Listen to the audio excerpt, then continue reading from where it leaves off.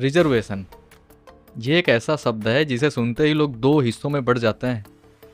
एक तरफ वो लोग होते हैं जो कहते हैं कि रिजर्वेशन की वजह से हमारी मेरिट ख़त्म हो रही है, और दूसरी तरफ वो लोग होते हैं जो कहते हैं कि रिजर्वेशन के बिना हमें कभी बराबरी का मौका ही नहीं मिलता। लेकिन मुझे ऐसा लगता है कि हम इस टॉपिक पर बात कम और एक दूसरे को जज ज़्यादा करते हैं।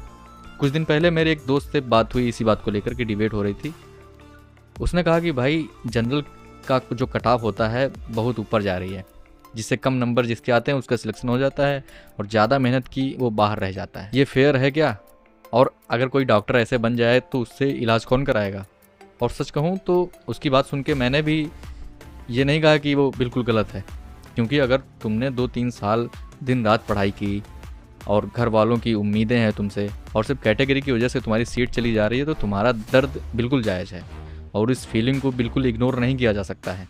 लेकिन मैंने उससे भी एक सवाल पूछा कि रिजर्वेशन आखिर बना ही क्यों था?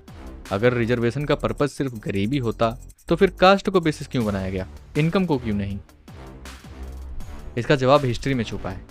हमारे देश में सदियों तक कुछ लोगों को सिर्फ उनकी पैदाइश की वजह से स्कूल जाने का हक ही नहीं था। मंदिरों के अंदर उनकी एंट्री नहीं होती थी। कई जगह उनके हाथ का पानी तक नहीं पीते थे लोग। उनकी पहचान उनकी मेहनत से नहीं बल्कि उनकी जाति से होती थी। और इसीलिए कॉन्स्टिट्यूशन बनाने वाले लोगों ने सिर्फ ये नहीं सोचा कि सबको एक ही लाइन में खड़ा कर दो। उन्होंने सोचा कि जिसकी रेस ही बहुत पीछे से शुरू हुई है उसे थोड़ा सपोर्ट देना भी बहुत ज़्यादा ज़रूरी है, और इसी सोच से रिजर्वेशन आया। लेकिन इसका मतलब ये बिल्कुल नहीं है कि आज सिस्टम में कोई प्रॉब्लम ही नहीं है। आज एक गरीब जनरल कैटेगरी का स्टूडेंट भी स्ट्रगल करता है। हो सकता है उसके पास कोचिंग के पैसे ना हो, बुक्स खरीदने के पैसे ना हो, तो उसका पेन भी उतना ही रियल है। और इसीलिए रिजर्वेशन पर सवाल उठाना भी गलत नहीं है, लेकिन सवाल पॉलिसी पर उठाना चाहिए, किसी इंसान की कास्ट पे नहीं। आज सोशल मीडिया पर एक और बहुत चीज़ कॉमन हो गई है। लोग अपनी प्रोफाइल में लिखते हैं proud Brahmin, proud Rajput, proud Yadav, proud Dalit. देखो, अपनी पहचान पर गर्व करना बुरी बात नहीं है।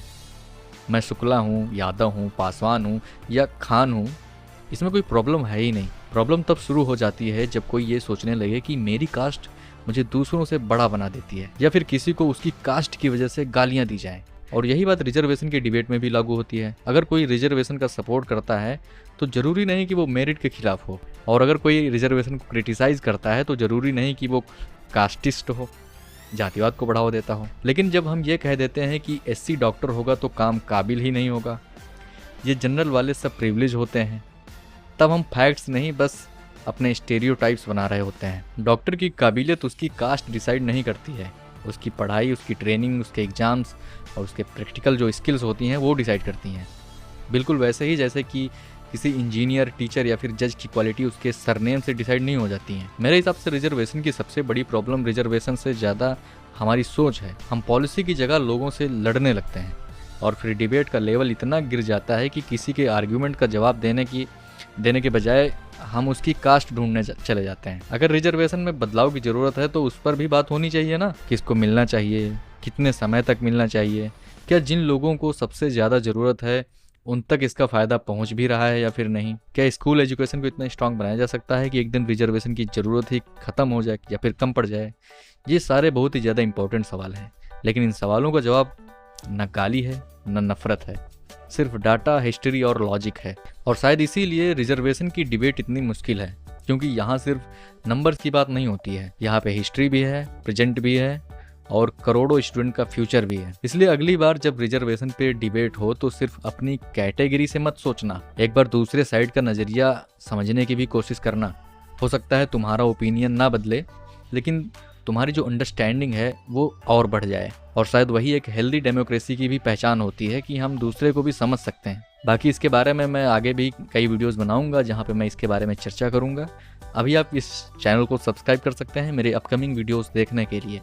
मिलते हैं किसी और वीडियो में। धन्यवाद।